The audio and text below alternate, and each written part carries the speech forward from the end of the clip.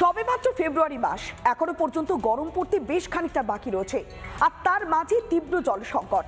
এমনকি mid day মিলে রান্না করতে গিয়ে প্রাণান্তকর পরিস্থিতি। বারবার বিডিওর কাছে দরবার করেছেন প্রত্যেকে, এখনো পর্যন্ত কোনো সমস্যার সমাধান হচ্ছে না। তবে যেভাবে জল সংকট সামনে আসছে তাতে রাজনীতির পারদ চলছে।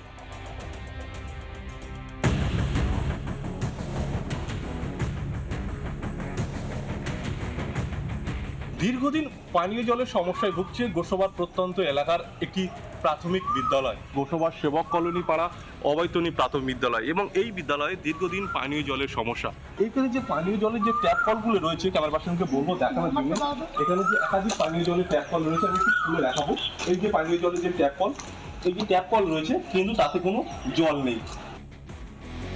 মিড ডে মিল চালানোর জন্য যে জলটা দরকার, সেই জলটা দীর্ঘদিন ধরে আমরা পাচ্ছি না। আমাদের স্কুলে প্রায় 100-র উপর বাচ্চা আছে।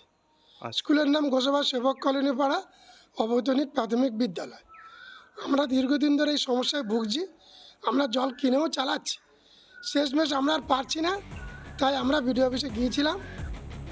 এখানে একাধিক পানীয় জলের ট্যাপ কল রয়েছে, কিন্তু তাতে কোনো জল নেই।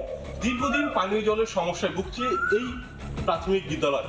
এখানে প্রায় 100 জন ছাত্রছাত্রী রয়েছে, এখানে বসে তারা মিড ডে মিলে খাওয়া দাওয়া করে। কিন্তু পানীয় জলের সমস্যার কারণে তারা একাধিক সমস্যায় পড়েছেন, কারণ স্কুলের ছাত্রছাত্রীরা তারা মিড ডে মিল খেতে পাচ্ছে না, এবং যে স্কুলে যে পানীয় জল, সেই পানীয় জল তারা পাচ্ছে না।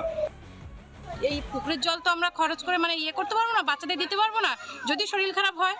তার জন্যই আমরা বিডিও অফিসে গেছিলাম সেখানে জানানোর জন্য। সেখানে বিডিও সাহেব বললেন যে ঠিক আছে, আমরা 1 সপ্তাহ পরে দেখছি। ওখানে জানাতে ওনারা বললেন ঠিক আছে 1 সপ্তাহ আপনারা জলটা কিনে নিন, কিনে মিড ডে মিলটা চালান, বন্ধ করবেন না। তারপরে 1 সপ্তাহ পরে আমরা 1 ড্রাম করে জল দেবো। এই জল কোথা থেকে পাবেন? একাধিক জায়গায় তারা কিন্তু অভিযোগ করেছেন। শাসক থেকে তারা প্রতিশ্রুতি পেয়েছেন, ভিডিও থেকে তারা প্রতিশ্রুতি পেয়েছেন, কিন্তু কোনো লাভ হয়নি। ওখানে পাইপ লাইনের একটু সমস্যা হয়েছে কাজের জন্য। ওখানে বিগত দিনে জল আসতো, যেহেতু পাইপ লাইনের মাধ্যমে গোসাবায় জল আসে, পাইপ লাইনের সমস্যা হয়েছে। পিএইচই দ্রুততার সঙ্গে আগামীকাল থেকে অলরেডি কাজ করবে। আমাদের বিডিও সাহেব অলরেডি ডিপার্টমেন্টে কথা বলেছে, আমরা আমাদের পক্ষ থেকে কথা বলব। এটি শুধু গোসাবা ব্লকে নয়, দক্ষিণ 24 পরগনা প্রত্যেকটি ব্লকে একই সিচুয়েশন। এরা বড় বড় সাবমার্শাল বসিয়ে অবৈধভাবে ভূগর্ভস্থ জলের অপচয় করছে। গজিয়ে উঠছে হাজার হাজার বিঘা ফিশারি, চাষের জমিগুলোকে নষ্ট করে দেওয়া হচ্ছে। পানীয় জলের সমস্যা কবে মিটবে সেদিকে তাকিয়ে রয়েছে সাধারণ মানুষ থেকে স্কুলের শিক্ষকরা, ছাত্রছাত্রীরা। দক্ষিণ 24 পরগনা জেলার গোসাবা থেকে রঞ্জিত সর্দার, রিপাবলিক বাংলা। নানা ধরনের কন্টেন্ট দেখার জন্য লাইক করুন, শেয়ার করুন আমাদের ফেসবুক পেজ, সাবস্ক্রাইব করুন আমাদের ইউটিউব চ্যানেল। পাশাপাশি অন্যান্য ব্রেকিং নিউজের জন্য অবশ্যই চোখ রাখুন রিপাবলিক বাংলায়।